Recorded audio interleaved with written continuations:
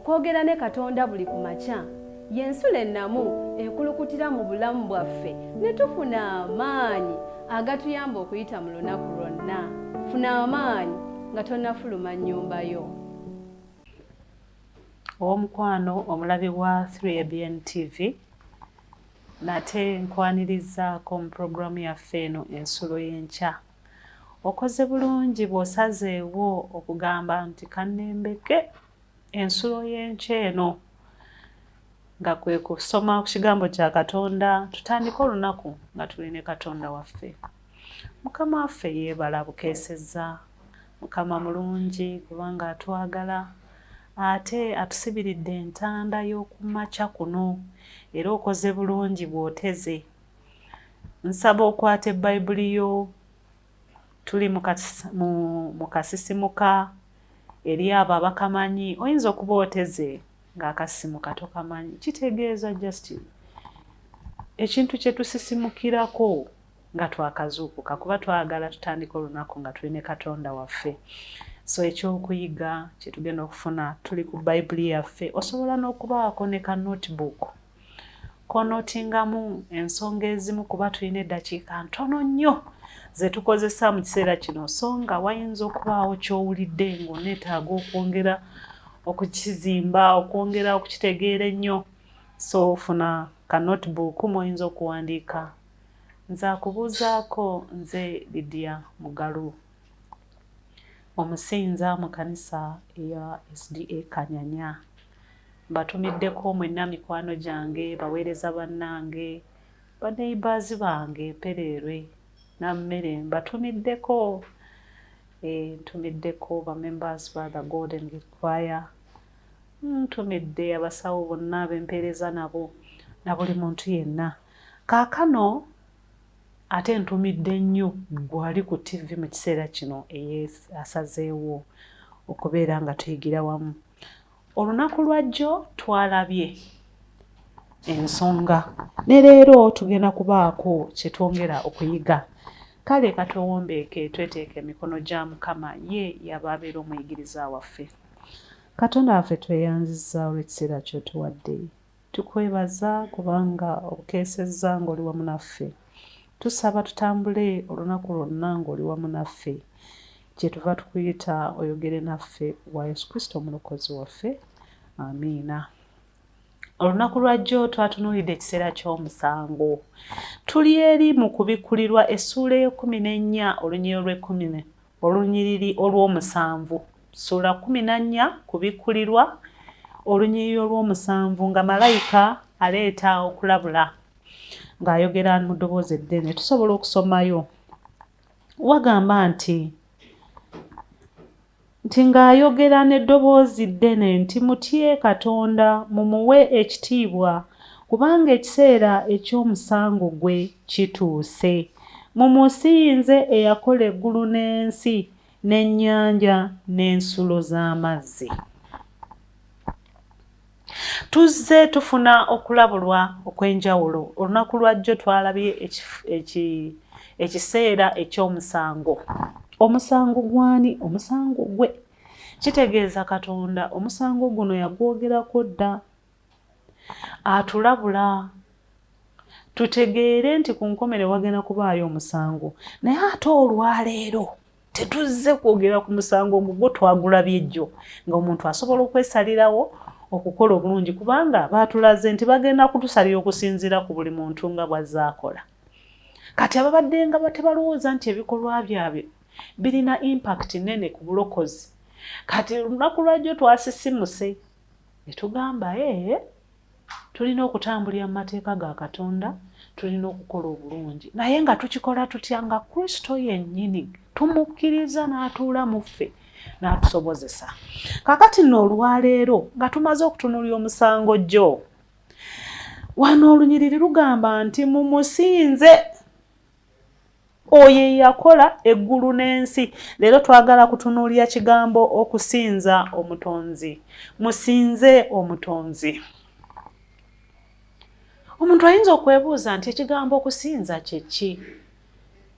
Worship. Oluzungu lugamba worship.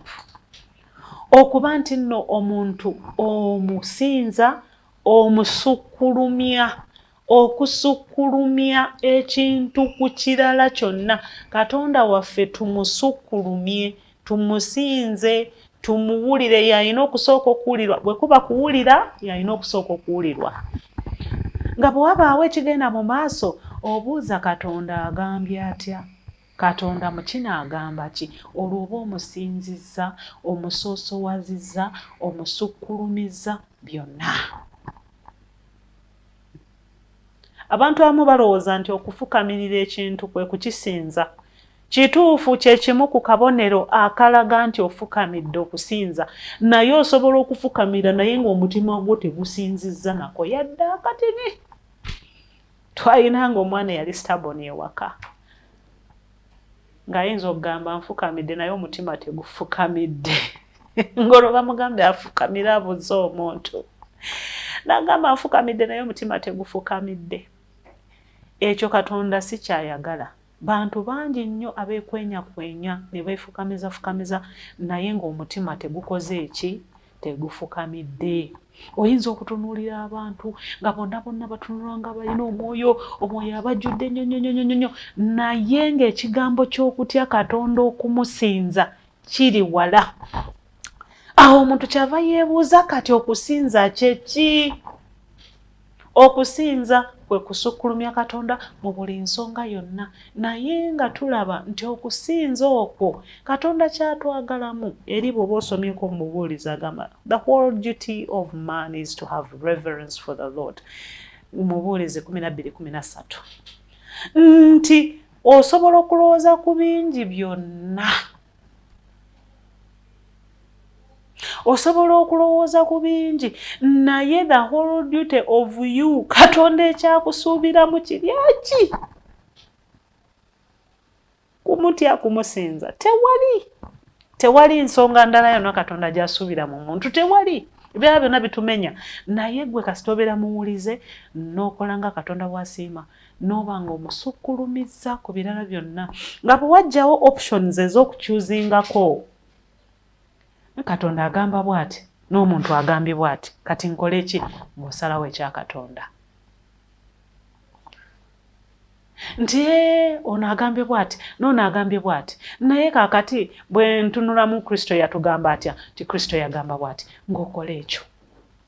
Olwo omusinzizza, buli kimu yakola ki? Yasinga mu bulamu bwo nga weerowoozaako, mu by'oyitamu, obulamu bwo bwe buba nga Kristo agambye kola bw'oti, ogamba nange ndi muntu.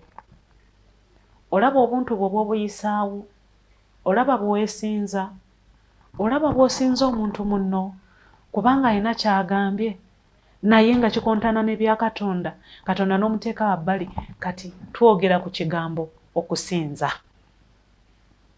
So tuli ku nsonga ey'okusinza Katonda waffe nga bw'ayagala. Mumusinze Mukama nga malayika bw'ayogedde mu ddoboozi eddene eryawaggulu ery'omwanguka eri buli muntu, kubanga malayika waasindikirwa nti speak in a loud voice. It means everyone must hear. Waleme okubaawo eyeekwasa nti saamanya.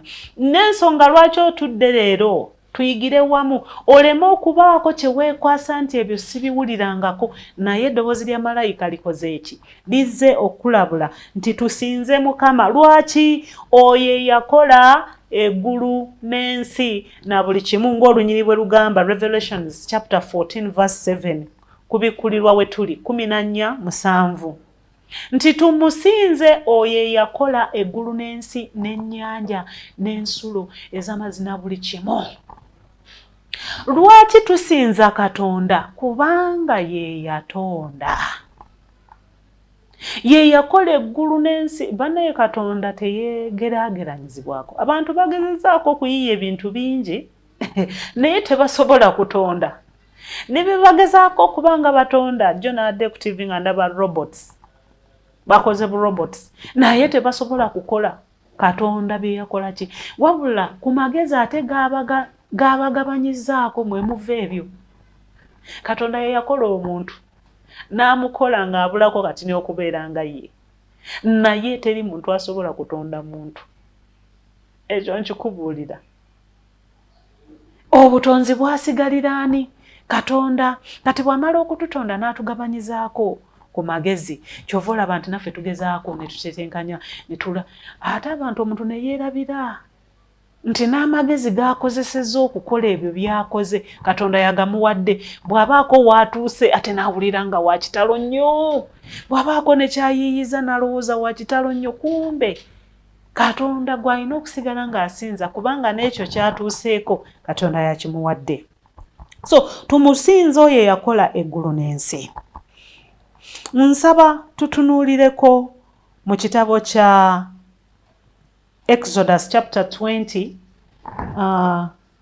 okuva essuula eyabiri olunyiriri olw'abiri olunyiriri olw'11. Ekitabo ekyakuva essuula eyabiri olunyiriri olw'11 lugamba lutya? Nsuubira ffenna tugoberera wamu. Kuva 2:11 wagamba bwe wati: tikubanga mu nnaku omukaaga Mukama mwe yakolera eggulu n'ensi, ennyanja n'ebintu byonna ebirimu, n'awummulira ku lunaku olw'omusanvu.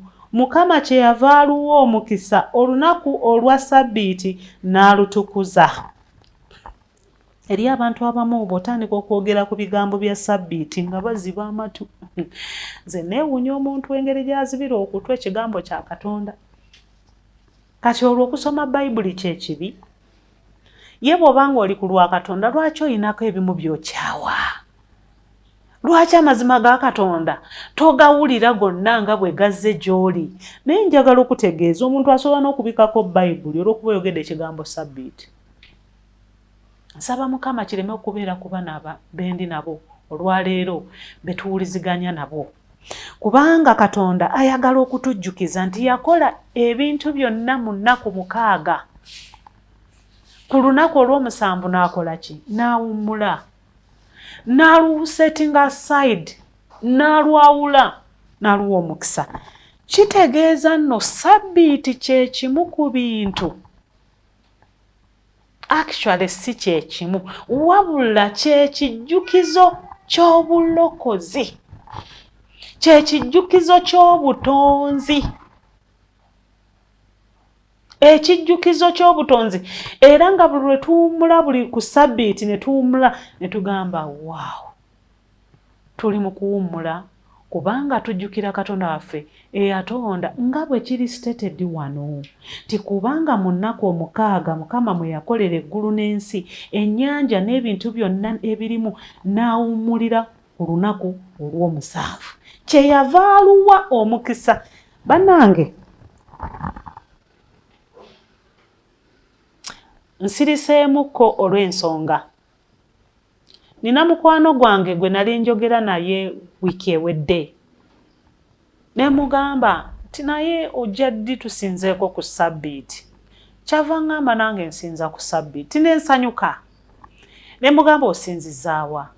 N'abaako gye yambuulira gy'asinziza ng'ate asinza ku Sande. Ne mubuuza, ate osinza ku Sande, lwaki oluyita lwa Ssabbiiti? Nti anti omusumba yatubuulira nti olunaku lwonna lw'osalawo osobola oddufuula Ssabbiiti. Kasita oba nga lw'osazeewo lw'okola ki? Lw'osinza. Naffe Sande tugiyita Ssabbiiti.